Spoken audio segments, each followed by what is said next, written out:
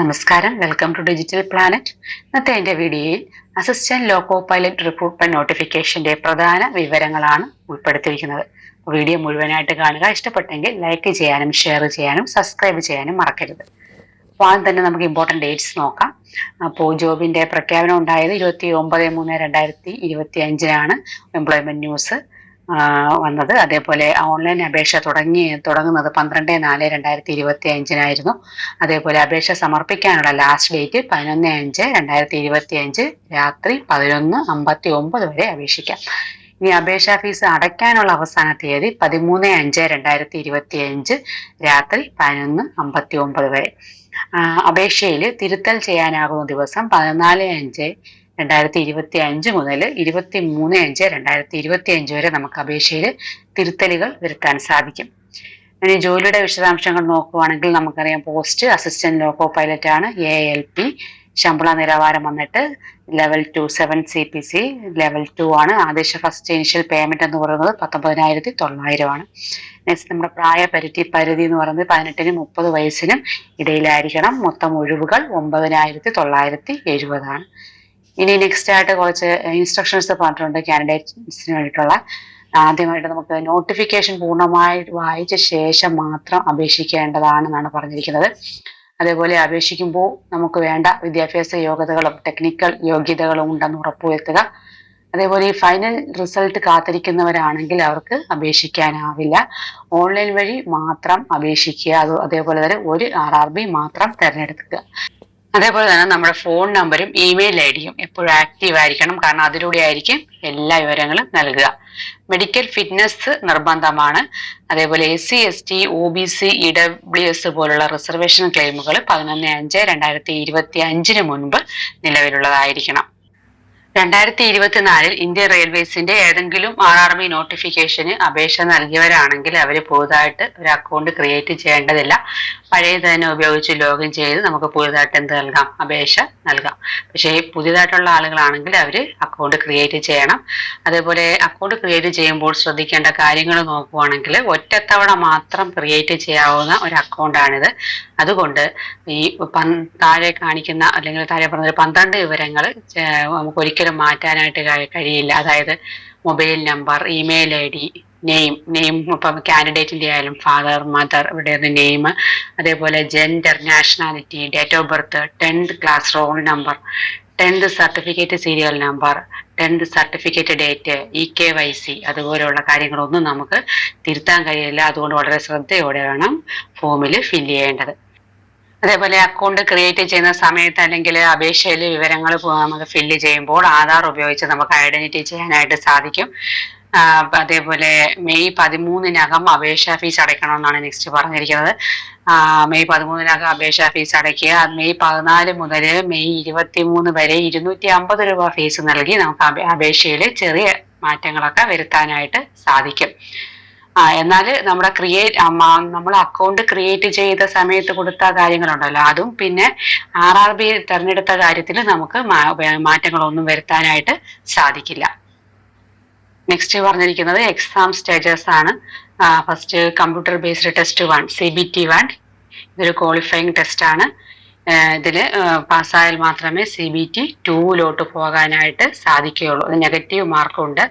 1/3 mark കുറയുമെന്ന് കാണിച്ചിട്ടുണ്ട്. CBT 1 പാസ്സായവർക്ക് CBT 2 പോകാം. അതേപോലെ CBT 2ലും നെഗറ്റീവ് മാർക്കുണ്ട്. നേരത്തെ പോലെ 1/3 മാർക്ക് കുറയും. അപ്പോൾ CBT 2 പാസ്സായവർ മാത്രമാണ് ആപ്റ്റിറ്റ്യൂഡ് ടെസ്റ്റ് എഴുതാനായിട്ട് സാധിക്കുകയുള്ളൂ. അപ്പോൾ ഇതിന് നെഗറ്റീവ് മാർക്ക് ഇല്ല. പരീക്ഷാ ദിവസം, അതേപോലെ സ്ഥലം, സമയം മുതലായവ ചേഞ്ച് ചെയ്യാൻ പറ്റില്ല എന്ന് പറഞ്ഞിട്ടുണ്ട്. അതേപോലെ പരീക്ഷയ്ക്ക് mobile, Bluetooth, smart watch, pen, belt, purse തുടങ്ങിയവ കൊണ്ടുവരരുത് എന്നും കാണിച്ചിട്ടുണ്ട്. ചിലപ്പോൾ നമുക്ക് മറ്റൊരു സ്റ്റേറ്റിലേക്കും പരീക്ഷയ്ക്കായിട്ട് പോകേണ്ടി വരാം. അപ്പൊ ഇത്രയും കാര്യങ്ങൾ ശ്രദ്ധിക്കുക. Mobile, Bluetooth, smart watch, pen, belt, purse തുടങ്ങിയവയൊന്നും കൊണ്ടുവരരുതെന്ന് കാണിച്ചിട്ടുണ്ട്. ഒരു വ്യക്തി ഒന്നിലധികം അപേക്ഷകൾ നൽകാതിരിക്കുക, അത് ക്യാൻസൽ ആകും. അതേപോലെ ഫോട്ടോ 2 മാസത്തിനുള്ളിൽ എടുത്ത ഫോട്ടോ ആയിരിക്കണം. നമ്മുടെ കമ്പ്യൂട്ടർ ബേസ്ഡ് ടെസ്റ്റ്, അതേപോലെ ആപ്റ്റിറ്റ്യൂഡ് ടെസ്റ്റ്, ഡോക്യുമെന്റ് വെരിഫിക്കേഷൻ എന്നിവയുടെ തീയതികളും കേന്ദ്രങ്ങളും ഒന്നും നമുക്ക് മാറ്റാനായിട്ട് സാധിക്കില്ല. ദെൻ അവസാന ഘട്ടമായ ഡോക്യുമെന്റ് വെരിഫിക്കേഷനിൽ എല്ലാ വിവരങ്ങളും നമ്മുടെ ഒറിജിനൽ ഡോക്യുമെന്റ്സുമായിട്ട് താരതമ്യം ചെയ്തവർ പരിശോധിക്കും. അതുകൊണ്ട് തെറ്റായ വിവരങ്ങൾ നൽകിയാൽ അപേക്ഷ റിജക്റ്റ് ആവും. അതേപോലെ ഫാദറിന്റെയും മദറിന്റെയും ഒക്കെ പേര്, നമ്മുടെ പേര്, ഡേറ്റ് ഓഫ് ബർത്ത് ഇവയൊക്കെ 10ാം ക്ലാസ് സർട്ടിഫിക്കറ്റിലുള്ളതുപോലെ തന്നെ നൽകണം. ഇനിയിപ്പോ പേര് മാറ്റിയിട്ടുണ്ടെങ്കിൽ പഴയ പേരും പുതിയ പേരും ചേർത്ത് ഗസറ്റ് നോട്ടിഫിക്കേഷൻ അടക്കം അപ്ലോഡ് ചെയ്യേണ്ടത് ആവശ്യമാണ്.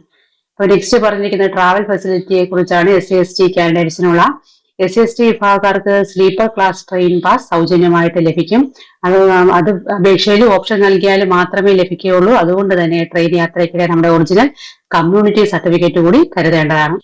അതേപോലെ ഒഴിവുകൾ താൽക്കാലികമാണെന്നാണ് കാണിച്ചിരിക്കുന്നത്. റെയിൽവേയുടെ ആവശ്യങ്ങൾ അനുസരിച്ച് എന്ത് സംഭവിക്കാം, ഒഴിവുകൾ കൂടാനും കുറയാനും ഒക്കെ ചാൻസ് ഉണ്ട്. അതേപോലെ CBT 1 എഴുതാത്തവർക്ക് ഫീസ് തിരികെ ലഭിക്കില്ല എന്ന് പറഞ്ഞോട്ടെ. പിന്നെ നമ്മുടെ റൈറ്റ് ടു അപ്പോയിന്റ്മെന്റ് ആണ് നെക്സ്റ്റ് പറഞ്ഞിരിക്കുന്നത്. അതായത് RRB പരീക്ഷ ജയിച്ചാൽ മാത്രം നമുക്ക് നിയമനം ലഭിക്കില്ല. ഈ വിജയികളുടെ ലിസ്റ്റ് റെയിൽവേ RRBയുടെ പിന്നെ കൺസേൺഡ് അതോറിറ്റീസിന് അവർ കൊടുക്കും. അവരാണ് നിയമന ഉത്തരവ് നൽകുന്നത്. അതേപോലെ നിയമനം ലഭിച്ചാൽ നമുക്ക് എവിടെയാണോ നിയമിതനായത് അവിടെ തന്നെ സർവീസ് തുടരേണ്ടതായിട്ട് വരും.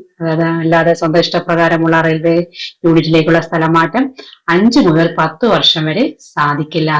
റെയിൽവേയുടെ എഞ്ചിനീയറിംഗ് യൂണിറ്റായ ടെറിട്ടോറിയൽ ആർമിയിൽ നമുക്ക് സർവീസ് ചെയ്യേണ്ടി വന്നേക്കാം. പിന്നെ അതേപോലെ നമ്മുടെ അപേക്ഷ അവസാന ദിവസം ആകുന്നത് വരെ കാത്തിരിക്കരുത്, സൈറ്റ് ബ്ലോക്ക് ആവാൻ ചാൻസ് ഉണ്ട്. അതുകൊണ്ട് നേരത്തെ തന്നെ അപേക്ഷ സമർപ്പിക്കാനായിട്ട് ശ്രദ്ധിക്കുക. നെക്സ്റ്റ് മെഡിക്കൽ ഫിറ്റ്നസ് A1 സ്റ്റാൻഡേർഡിലായിരിക്കും ഏൽപ്പിക്കായിട്ടുള്ള മെഡിക്കൽ ഫിറ്റ്നസ്. അതേപോലെ ഹൈസൈറ്റ്, ഡിസ്റ്റൻസ് വിഷൻ, അതേപോലെ നിയർ വിഷൻ ഒക്കെ പരിശോധനയിലുണ്ട്. അസിസ്റ്റന്റ് ലോക്കോ പൈലറ്റായിട്ട് തിരഞ്ഞെടുക്കപ്പെടാൻ വിഷൻ, അതായത് കണ്ണിന്റെ കാഴ്ച ശക്തി വളരെ പ്രധാനമാണ്. അതുകൊണ്ട് തന്നെ കാൻഡിഡേറ്റ്സ് താങ്കൾ ഈ പറയുന്ന ഈ മെഡിക്കൽ മാനുവലിൽ പറയുന്ന കാര്യങ്ങൾക്ക് അനുയോജ്യമാണോ എന്ന് പരിശോധിക്കുക. അതേപോലെ ലേസിക് സർജറി ചെയ്തവർക്കും മറ്റ് കണ്ണ് ശസ്ത്രക്രിയകൾ നടത്തിയവർക്കും ഏൽപ്പിക്കായിട്ട് അപേക്ഷിക്കാനാവില്ല. നെക്സ്റ്റ് സിറ്റിസൺഷിപ്പ് അല്ലെങ്കിൽ നാഷണാലിറ്റിയെ കുറിച്ച് പറയുകയാണെങ്കിൽ അപേക്ഷിക്കുന്ന ആള് ഇന്ത്യക്കാരനാകണം, അല്ലെങ്കിൽ നേപ്പാൾ ഭൂട്ടാൻ പൗരൻ, അതും അല്ലെങ്കിൽ 1962 മുമ്പ് ഇന്ത്യയിൽ സ്ഥിരതാമസത്തിന് വന്ന ടിബറ്റൻ റെഫ്യൂജിക്കും അപേക്ഷിക്കാം. അതേപോലെ ഇന്ത്യയിൽ സ്ഥിരതാമസത്തിന് വന്ന മറ്റ് ബർമീസ്, ശ്രീലങ്കൻ, കെനിയ, ഉഗാണ്ട തുടങ്ങിയ രാജ്യങ്ങളിൽ നിന്നുള്ള ഇന്ത്യൻ ഒറിജിൻകാർക്കും അപേക്ഷിക്കാനായിട്ട് സാധിക്കും. പക്ഷേ ഇന്ത്യയിൽ ജോലി ചെയ്യാൻ കേന്ദ്ര സർക്കാർ നൽകിയ എലിജിബിലിറ്റി സർട്ടിഫിക്കറ്റ് ആവശ്യമാണ്. പ്രായപരിധി 18നും 30 വയസ്സിനും ഇടയിലായിരിക്കണം. ദെൻ ഏജ് റിലാക്സേഷൻ ആണ് പറയുന്നത്. ഏജ് റിലാക്സേഷൻ കാറ്റഗറീസ് നോക്കാം. SC/ST ആണെങ്കിൽ 5 വർഷമുണ്ട് ഇളവ്. അതേപോലെ OBC നോൺ ക്രിമിലെയർ 3 വർഷം. എക്സ് സർവീസ്മാന്റെ കാര്യം പറഞ്ഞിരിക്കുന്നത് after reduction of length of service from ഏജിൽ നിന്നും സർവീസ് ചെയ്ത വർഷം കുറച്ചിട്ടുള്ളതാണ് പറയുന്നത്. അത് UR EWS ആണെങ്കിൽ 3 വർഷം വരെ ഇളവുണ്ട്. OBC നോൺ ക്രിമിലെയർ ആണെങ്കിൽ 6 വർഷം വരെ, SC/ST ആണെങ്കിൽ 8 വർഷം വരെ ഇളവുണ്ട്. അതായത് ഇപ്പോ ഒരു എക്സ് സർവീസ്മാൻ ഇപ്പോൾ ഒരു 38 വയസ്സുണ്ടെങ്കിൽ 10 വർഷം സർവീസ് ചെയ്തിട്ടുണ്ടെങ്കിൽ 10 വർഷം കുറയ്ക്കുക, ബാക്കിയുള്ളത് വെച്ച് നോക്കാം. Then railway group C and D സ്റ്റാഫിനുള്ളത് 3 വർഷം സർവീസ് ചെയ്തിട്ടുള്ളവരാണെങ്കിൽ UR EWS 40 വയസ്സ് വരെ, അതേപോലെ OBC നോൺ ക്രിമിലെയർ 43 വയസ്സ്, SC/ST 45 വയസ്സ്. അതേപോലെ റെയിൽവേ ക്വാസി അഡ്മിനിസ്ട്രേറ്റീവ് ഓഫീസുകളിൽ ഏതെങ്കിലും ജോലി ചെയ്തവരാണെങ്കിൽ സർവീസ് ചെയ്ത വർഷം അല്ലെങ്കിൽ 5 വർഷം കുറവ്. ദെൻ വിധവകൾ, വിവാഹമോചിതർ, നിയമപരമായി പിരിഞ്ഞെങ്കിലും വീണ്ടും വിവാഹം കഴിക്കാത്ത വനിതകൾ ഉണ്ടെങ്കിൽ അതിൽ UR EWS 35 വയസ്സ് വരെയാണ് മാക്സിമം. അതേപോലെ OBC non creamy layer 38, SC/ST 40. Then course completed act, apprentices, ITI അല്ലെങ്കിൽ അപ്രന്റീസ്ഷിപ്പ് ചെയ്ത കാലം മാത്രമേ നമ്മുടെ ഏജിൽ അല്ലെങ്കിൽ പ്രായത്തിൽ ഇളവായിട്ട് എടുക്കുകയുള്ളൂ. അതായത് അപ്രന്റീസ്ഷിപ്പ് ചെയ്തവർ 25 വയസ്സിന് മുമ്പ് പൂർത്തിയാക്കിയവരാണെങ്കിൽ UR EWS 35 വയസ്സ്, OBC നോൺ ക്രിമിലെയർ 38 വയസ്സ്, SC/ST 40 വയസ്സ്. അതുപോലെ പരീക്ഷാ ഫീസ് വരുന്നത് 500 രൂപയാണ്. അതിൽ CBT 1 പരീക്ഷ എഴുതിയാൽ 400 രൂപ തിരിച്ചു കിട്ടും എന്ന് പറഞ്ഞിട്ടുണ്ട്, ബാങ്ക് ചാർജ് കുറച്ചിട്ട്. അതേപോലെ SC/ST, ex serviceman, female, transgender, minorities, EBC ഇവർക്ക് ഫീസ് വരുന്നത് 250 രൂപയാണ്. ഇത് ബാങ്ക് ചാർജ് കുറച്ചിട്ട് മുഴുവനും തിരിച്ചു കിട്ടുമെന്നാണ് കാണിച്ചേക്കുന്നത്. അതേപോലെ CBT1 പരീക്ഷ എഴുതാത്തവർക്ക് ഫീസ് തിരികെ ലഭിക്കില്ല.